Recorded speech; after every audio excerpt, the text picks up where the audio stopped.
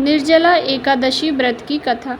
युधिष्ठिर ने कहा, जनार्दन, अपराह का सारा महात्म मैंने सुन लिया। अब ज्येष्ठ शुक्ल पक्ष में जो एकादशी है उसका वर्णन कीजिए। तब श्री कृष्ण बोले, राजन, इसका वर्णन परम धर्मात्मा सत्यवती नंदन व्यास जी करेंगे, क्योंकि ये संपूर्ण शास्त्रों के तत्वज्ञ और वेद वेदांतों के पारंगत विद्वान हैं। तब वेद व्यास जी कहने लगे, दोनों ही पक्षों की एकादशियों को भोजन न करें।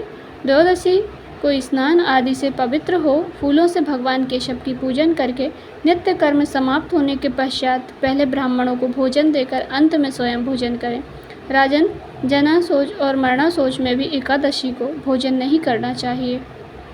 यह सुनकर भीमसेन बोले, परम बुद्धिमान पितामह, मेरी उत्तम बात सुनिए। राजा युधिष्ठिर, माता कुंती, द्रौपदी, अर्जुन, नकुल और सहदेव ये एकादशी को कभी भोजन नहीं करते तथा मुझसे भी हमेशा यही कहते हैं कि भीमसेन, तुम भी एकादशी को ना खाया करो, किंतु मैं इन लोगों से यही कह दिया करता हूँ कि मुझसे भूख सही नहीं जाती। भीमसेन की बात सुनकर व्यास जी ने कहा, यदि तुम स्वर्ग लोक की प्राप्ति अविष्ट है, नरक को दूषित समझते हो तो दोनों पक्षों की एकादशी को भोजन न करना। भीमसेन बोले, महाबुद्धिमान पितामह, मैं आपसे सामने सच्ची बात कहता हूँ। एक बार भोजन करके भी मुझसे व्रत नहीं किया जा सकता, फिर उपवास करके तो मैं रह ही कैसे सकता हूँ। मेरे उदर में व्रत नामक अग्नि सदा प्रज्वलित रहती है तथा जब मैं अधिक खाता हूँ तभी वह शांत होती है। इसलिए महामुनि, मैं वर्ष भर केवल एक ही उपवास कर सकता हूँ, जिससे स्वर्ग की प्राप्ति सुलभ हो, जिसके करने से मैं कल्याण का भागी हो सकूं। ऐसा कोई एक व्रत निश्चय करके बताइए, मैं उसका यथोचित रूप से पालन करूंगा। व्यास जी ने कहा, भीम, ज्येष्ठ मास में सूर्य वृष राशि में पर हो या मिथुन राशि पर शुक्ल पक्ष में जो एकादशी हो, उसका यत्नपूर्वक निर्जल व्रत करो। केवल कुल्ला या आचमन करने के लिए मुख में जल डाल सकते हो, उसको छोड़कर और किसी प्रकार का जल विदान पुरुष मुख में न डाले, अन्यथा व्रत भंग हो जाता है। एकादशी को सूर्योदय से लेकर दूसरे दिन के सूर्योदय तक मनुष्य जल का त्याग करे तो यह व्रत पूर्ण होता है।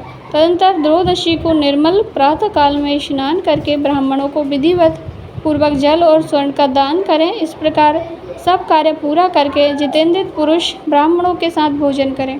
वर्ष भर में जितनी एकादशी होती है उन सब का फल निर्जला एकादशी से के सेवन से मनुष्य प्राप्त कर लेता है, इसमें तनिक भी संदेह नहीं है।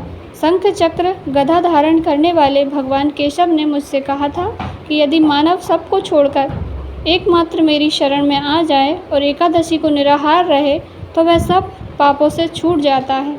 एकादशी का व्रत करने वाले पुरुष के पास विशालकाय, विकराल आकृति और काले रंग वाले दंड पासधारी भयंकर यमदूत नहीं जाते। अंतकाल में पीताम्बरधारी सौम्य स्वभाव वाले, हाथ में सुदर्शन धारण करने वाले और मन के समान वेगशाली विष्णुदूत आकर इस वैष्णव पुरुष को भगवान विष्णु के धाम ले जाते हैं। अतः निर्जला एकादशी को पूर्ण यत्न करके उपवास करना चाहिए। तुम भी सब पापों की शांति के लिए यत्न के साथ उपवास और श्री हरि का पूजन करो। स्त्री हो या पुरुष, यदि उसने मेरु पर्वत के बराबर भी महान पाप किया हो तो वह सब एकादशी के प्रभाव से भस्म हो जाता है। जो मनुष्य उस दिन जल के नियम का पालन करता है वह पुण्य या भागी होता है। उसे एक पहर में कोटि कोटि स्वर्ण मुद्रा दान करने का फल प्राप्त होता है। सुना गया है, मनुष्य निर्जल एकादशी के दिन स्नान, दान, जप, होम आदि जो कुछ भी करता है वह सब अक्षय होता है। यह भगवान श्री कृष्ण का कथन है। निर्जला एकादशी को विधि पूर्वक उत्तम रीति से उपवास करके मानव वैष्णव पद को प्राप्त कर लेता है। जो मनुष्य एकादशी के दिन अन्न खाता है वह पाप भोजन करता है। इस लोक में वह चांडाल के समान है और मरने पर दुर्गति को प्राप्त होता है। जो ज्येष्ठ के शुक्ल पक्ष में एकादशी को उपवास करके दान देंगे वे परम पद को प्राप्त होंगे। जिन्होंने एकादशी को उपवास किया है वे ब्रह्म हत्यारे, शराबी, चोर तथा गृहद्रोही होने पर भी सब पातकों से मुक्त हो जाते हैं। कुंती नंदन, निर्जला एकादशी के दिन श्रद्धालु स्त्री पुरुषों के लिए जो विशेष दान और कर्तव्य विहित है उसे सुनो। उस दिन जल में शयन करने वाले भगवान विष्णु का पूजन और जलमयी धेनु का दान करना चाहिए अथवा प्रत्यक्ष धेनु या घृतमयी धेनु का दान उचित है। पर्याप्त दक्षिणा और भांति भांति के मिष्टानों द्वारा यत्नपूर्वक ब्राह्मण को संतुष्ट करना चाहिए। ऐसा करने से ब्राह्मण अवश्य संतुष्ट होते हैं और उनके संतुष्ट होने पर श्रीहरि मोक्ष प्रदान कर देते हैं। जिन्होंने सम दम और दान में प्रवृत्त हो श्रीहरि की पूजन और रात्रि में जागरण करते हुए इस निर्जला एकादशी का व्रत किया है, उन्होंने अपने साथ ही बीती हुई 100 पीढ़ियों को, आने वाली 100 पीढ़ियों को भगवान वासुदेव के परम धाम में पहुंचा दिया है। निर्जला एकादशी के दिन अन्न, वस्त्र, गो, जल, सैया, सुंदर आसन, कमंडलू तथा छाता दान करने चाहिए। जो श्रेष्ठ एवं सुपात्र ब्राह्मण को जूता दान करता है वह सोने के विमान पर बैठकर स्वर्णलोक में प्रतिष्ठित होता है। जो इस एकादशी की महिमा को भक्तिपूर्वक सुनता है तथा जो भक्तिपूर्वक उसका वर्णन करता है वे दोनों स्वर्गलोक में चले जाते हैं। चतुर्दिक युक्त अमावस्या को सूर्य ग्रहण के समय श्राद्ध करने मनुष्य जिस फल को प्राप्त करता है वही इसके श्रवण से भी प्राप्त होता है। पहले दंत धावन करके यह नियम लेना चाहिए कि मैं भगवान के सबकी प्रसन्नता के लिए एकादशी को निराहार रहकर आचमन के सिवा दूसरे जल का भी त्याग करूँगा। द्वादशी को देवेश्वर भगवान विष्णु का पूजन करना चाहिए।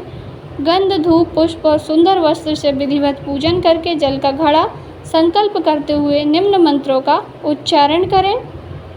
देवदेव ऋषिकेशम संसार राक्तारणम उदकुंभ प्रदानेन नयम परमाम गतिम। संसार सागर से तारने वाले देव ऋषिकेश, इस जल के घड़े का दान करने से आप मुझे परम गति की प्राप्ति कराइएगा। भीमसेन, ज्येष्ठ मास में शुक्ल पक्ष की जो शुभ एकादशी होती है उसका निर्जल व्रत करना चाहिए तथा उस दिन श्रेष्ठ ब्राह्मण को शक्कर के साथ जल के घड़े का दान करना चाहिए। ऐसा करने से मनुष्य भगवान विष्णु के समीप पहुंचकर आनंद का अनुभव करता है।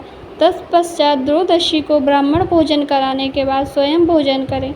जो इस प्रकार पूर्ण रूप से पापनाशिनी एकादशी का व्रत करता है एवं सब पापों से मुक्त हो अनामय पद को प्राप्त करता है। यह सुनकर भीमसेन भी इस शुभ एकादशी का व्रत आरंभ कर दिया। तब से यह लोक में पांडव द्वादशी के नाम से विख्यात हुई। जय बोलिए श्री केशव भगवान की, जय बोलिए विष्णु भगवान की जय।